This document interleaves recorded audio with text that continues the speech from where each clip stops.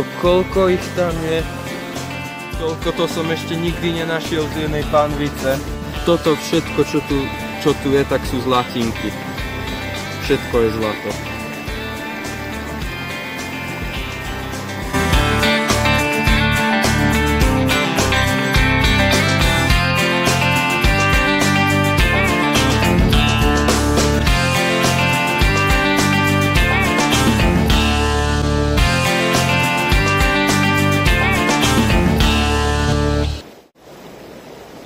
Takže splav je upevnený, viac menej. Ešte tuto budem musieť nejakým kameňom podstaviť, lebo je tu moc veľa vody, ale myslím si, že úhol je dobrý. A aj tu je také Bčko sa vytvára, čo je tiež dobré. Ako sa to hneď odplavuje, to je super.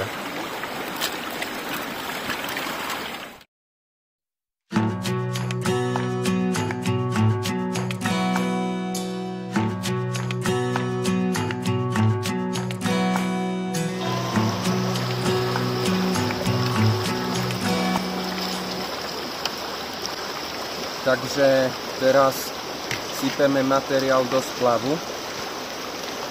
Neviem, či je to vidno, ale poskakujú tam kamienky v tých drážkach, čo je dobré znamenie.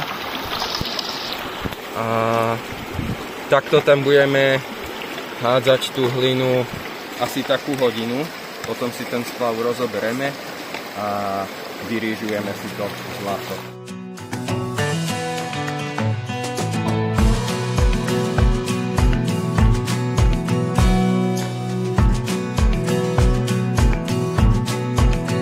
Je dôležité tú hlinu brať zo správneho miesta.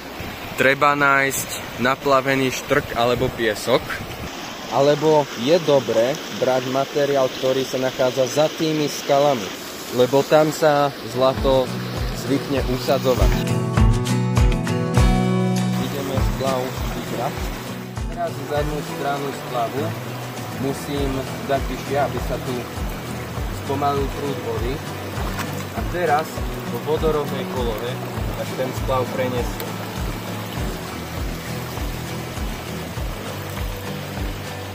Treba opatrne ten splav položiť do toho kýbla. A takto vodou ho umyť. Ten splav treba rozobrať a vybrať ten koberček, v ktorom sa nám všetko zlato zachytí. Takisto aj ostatné veci treba umyť, lebo by sa na nich mohlo zlato zachytiť.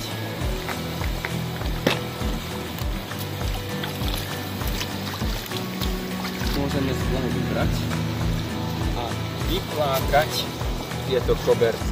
Ja to robím tak, že ich takto zrolujem.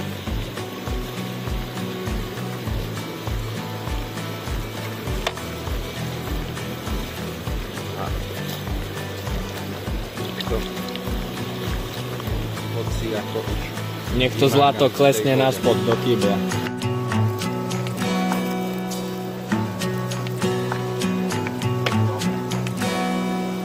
A z tohto materiálu, čo máme teraz v kýbli, bude treba vyrýžovať zlato.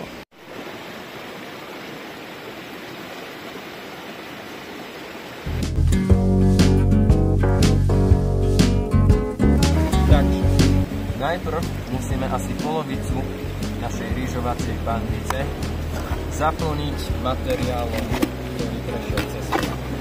Najprv si do našej pánvice musíme napustiť vodu a začať s ňou triasť. Doprava doľava, do hora, do dola, rôzne krúživé pohyby. Potrebujeme to zlato sklepať až úplne na dno. Keďže zlato je až 19 krát ťažšie ako voda a niekoľkonásobne ťažšie ako rôzny štrk, voda.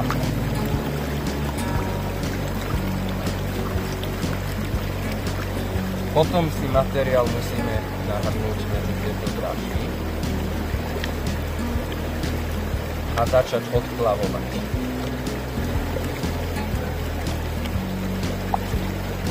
Spravíme to 3-krát a opakujeme celý proces dokola. Až kým nám v panvici neostane asi čajová lyžička materiálu.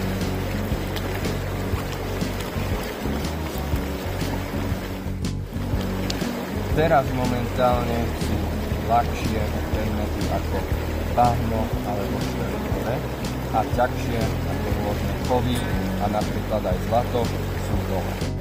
A my chceme práve tieto ľahké materiály odplamiť.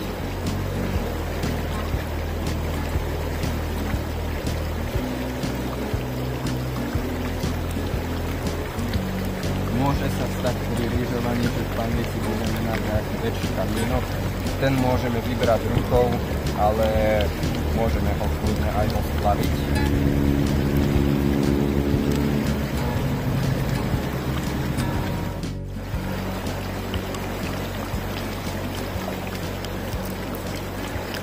Rýžovať zlato sa dá v hocičom. Kýbli, v lavore, ale najlepšia je originál panvica na rýžovania zlata. Ku koncu rýžovania sa často objavuje čierny piesok. To je materiál, ktorý sa váhou celkom približuje tomu zlatu a takedy je to ťažké oddeliť. Takže na to si treba dávať pozor.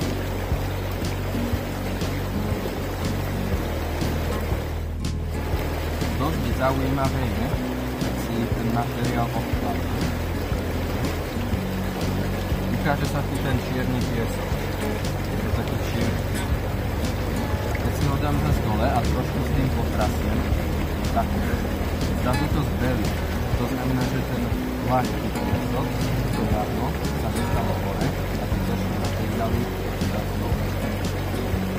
Tieto prášky sú dobré na to, pri odplavovaní, tak sa zlato ho nemôže zasypiť. Takže o zlatu neprídeme.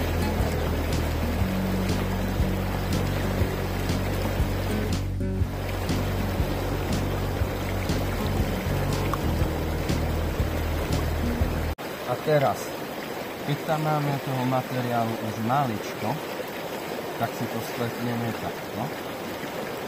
Nabereme si trošičku vody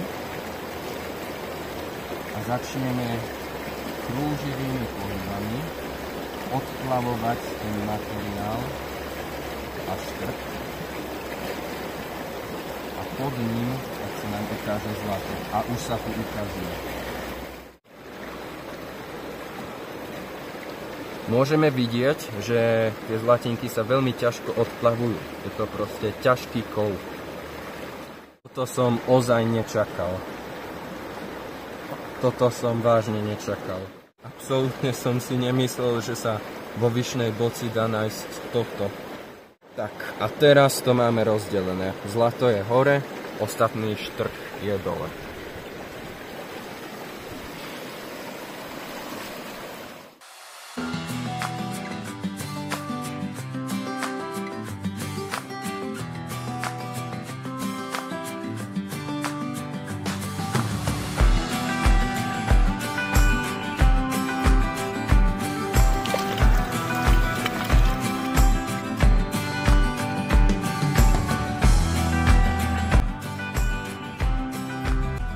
Takže druhá várka.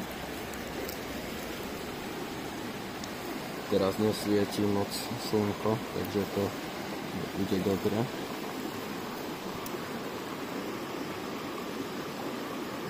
Už sa ukazujú. Áno, už je tam asi 20.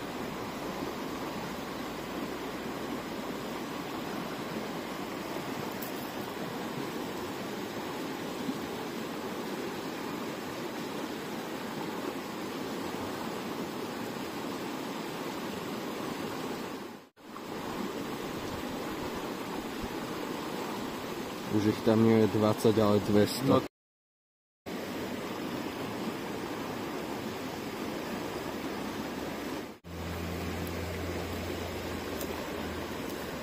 Ja prestávam dýchať od úžasu.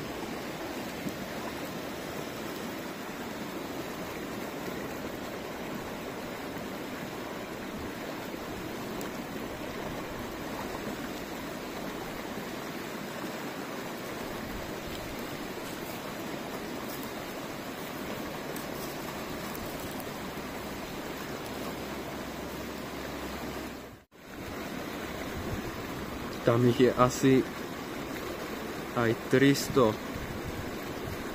Ešte ten čierny piesok preč. Ja nemám slov.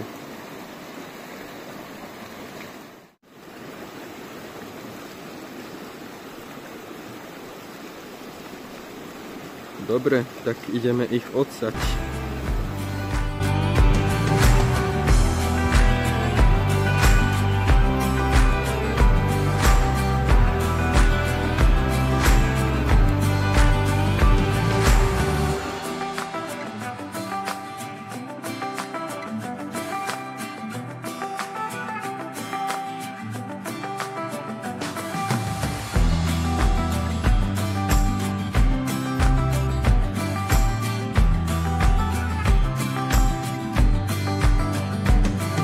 Takže zahádzali sme a zahrábali sme diery, ktoré sme tu spravili. Rozobrali sme aj všetky hrádze a všetko sme dali do pôvodného stavu. Doma si to zlato vysúšíme, taktiež spravíme ešte pár fotiek. Takže toto je zlato, čo sme dneska vyrýžovali. Ono sa to zdá ako veľa, ale keď k tomu priložím pravítko, tak vidno, že tie zlatinky sú ozaj veľmi maličké.